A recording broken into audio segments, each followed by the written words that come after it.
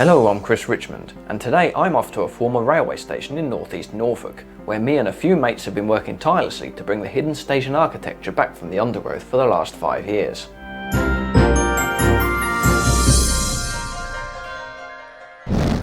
Honing Station is situated a few miles south of the market town of North Walsham and was once a thriving rural station on the Midland and Great Northern line between the town and the seaside resort of Great Yarmouth.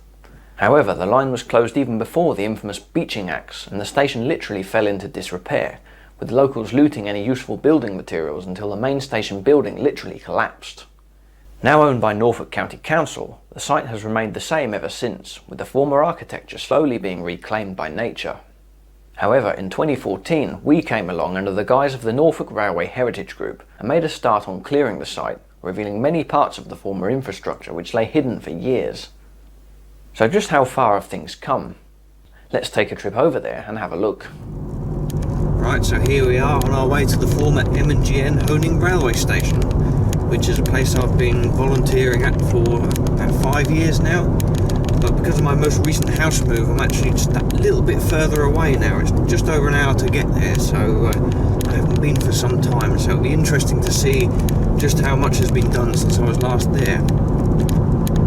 And coincidentally, we're now about to go to another important M&GN place, the village of Melton Constable, which was once a massive railway terminus, said to be the Crewe of Norfolk.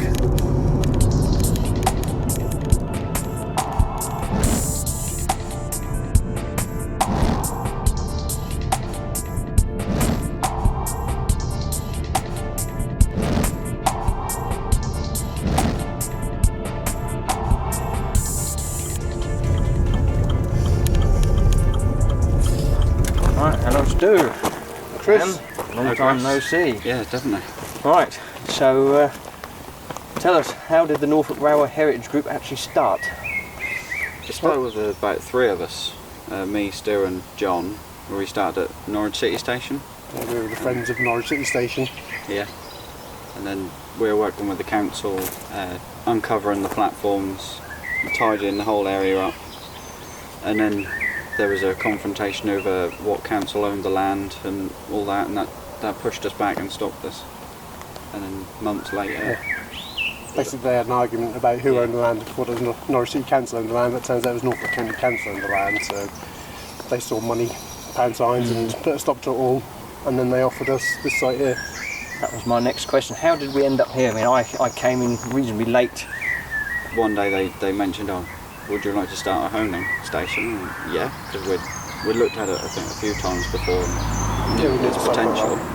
Yeah, and we had one site visit down here with the gang and we just took to it really.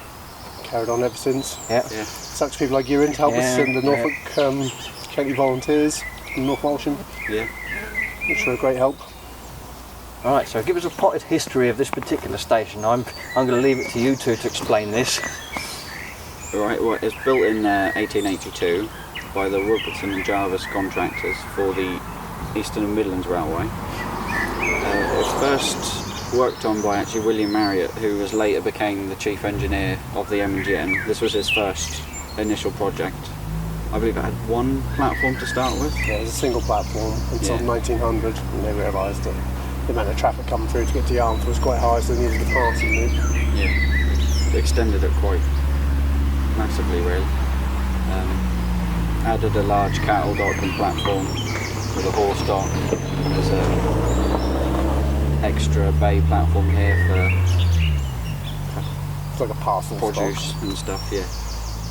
And then they installed 2 signal boxes, didn't they? That Yeah. side and one about half a mile down that end.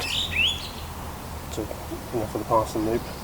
And the one down there later closed and was put into the occupational crossing house. This one stayed open right till the closure in '59, and then It lives on. It's at Barton House Railway at the moment. yeah, Well preserved. Whereas the rest of it just... succumbed to the wildlife, Yeah. the trees. And the locals took away the wood from the station building, so it collapsed in on itself. Now, since I was last here, you have had quite a lot of help from these conservation volunteers, so what have they actually done here? Quite a lot really. Painted a lot of the other miscellaneous posts and buildings. I've painted this quite nicely. Yeah. Put up loads of pictures and signs and everything. It's really brought the kind of feel of a station back to life, really. They put in the interpretation boards, which I wrote for them. Yeah. Oh, And right, they put yes. in these, like, beware of the train sign and stone honing, and the scenes over covered with weeds at the moment. A nice little touch, really. And they cleared the rest of the cattle dock flooring for us. Yeah. They cleared the rest of the platform so we could finish painting off the platform edges. Yeah. Painted the gates down the bottom to look like crossing gate. Oh yeah, and they emptied red that last borders. room, didn't they? The Yeah. room that we hadn't, us three together, hadn't yes, finished yeah. doing, so they did that one. So they came just at the right time when we were starting to get a bit down on our luck. Yeah. They came along and helped us. Right, so shall we go and have a look? Yeah, by all means. Perhaps the most striking feature as you first visit the station are the ruins of the former station ticket office and waiting room, which had to be completely excavated from the rubble and over 50 years of leaf mould and ivy growth. Right, so this is the old waiting room that we've all spent hours slogging away trying to clean up. Yeah. Yeah, well, this is the main entrance into the station. There had been a set of double doors here, and when we were clearing out the station, we actually found the original key in this drain down here, which Dan took home and cleaned up. Yeah. And there's an image of it on the sign. Should be seen over there on the side. It was a nice little find. It's fairly rusted up because it was sat in the wet for a long time, but someone obviously put it in there when they locked the doors for the final time in 1959. And if you come through the doors into the main waiting room, you can see it's quite a large room. There's the main fireplace there, and the ticket office would have been over there, and the porter's room. And we've also got the water tank, which came from the roof when the roof fell in. Speaking of that, there's a dent in the floor here where the chimney fell and impacted, obviously during a storm after the locals had taken all the wood away from the roof. And if you go around the corner here, that would take you to the ladies' toilets and waiting room. And on the other side of that wall over there is the gents' toilets, which has still got a chemical toilet and a urinal in the corner there. If you walk over to the porter's office, you can see it's still got this beautiful red and black Victorian tiled floor. And the fireplace here, which has since been filled in. There's a hearth down here as well, and a metal grate. Further along the station are the remains of the signal box. We're now approaching the main signal box here. It's survived at Barton House, as mentioned earlier. It was a wooden structure complete as a build, but then a brick base. Here were the main steps going up, and then at the front, back and sides were all wires and pulleys and levers connecting to the various signals and points around the site. And then we've got a little show signal up here just to demonstrate what was originally here. Pan round, there's the entrance into the locking and the kind of the main area for where all the levers and points are in the signal box. And then back on at platform 1. On the other platform, the red brick shell of the former waiting room still stands. So here we have the passenger waiting room on platform 1, which is like the station building itself has had all the wooden windows removed and the roof removed. It had a wooden floor over the void, and then the heating from the fire created like a crude underfloor heating system, which is quite unique for the time. Also remaining at the station are the former livestock pens, which have been extensively uncovered with help from the local conservation volunteers. It's quite a large cattle dock, typical of the M&GN. It was later rebuilt into how it is now in its concrete post and poles.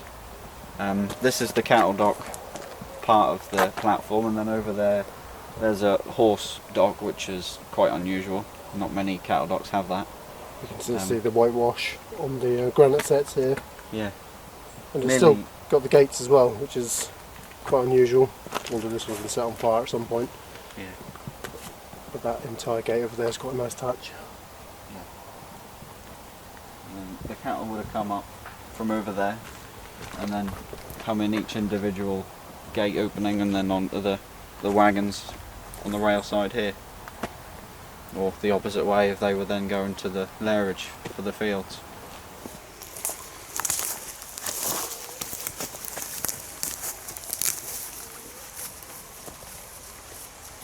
Here you find us now at the L&ER P-Way concrete hut.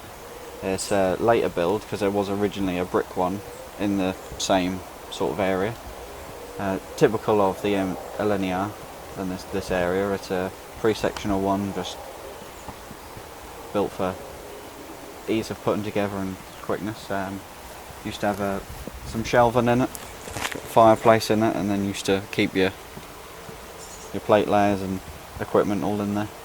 And the plate gang who used to look after this section of the line would stay in there and wait for trains to go past, then work on the line and back onto it. Oh yeah, nice little oddity. The station has also benefited from the addition of a short length of ballasted railway track, which denotes the area of the former loading bay. Here we come to a bit of section of track. It was donated and installed by the Whitwell and Richmond Railway. It's just a little nice thing to kind of reminisce of what was here and really show off really. So this is the loading dock that carried on all the way through these trees. This is about 20 foot of line.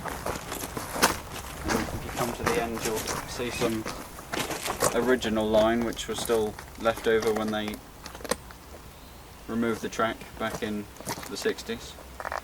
The platform fence went along the edge here, and the fence posts actually cut through and were attached to the wall. So it had only been loading from the back, it wouldn't have been loading from the platform face.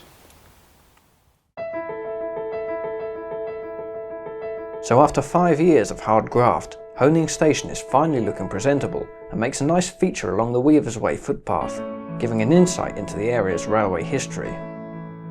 It is also once again a village amenity, with the site now hosting a special event celebrating Honing's railway heritage.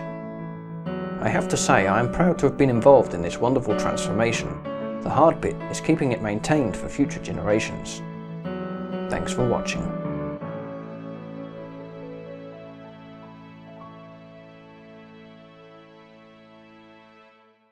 Now for the obligatory closing paragraph.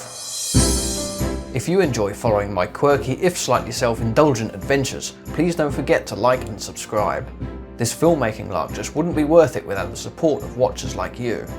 Until next time, thanks for watching, and goodbye.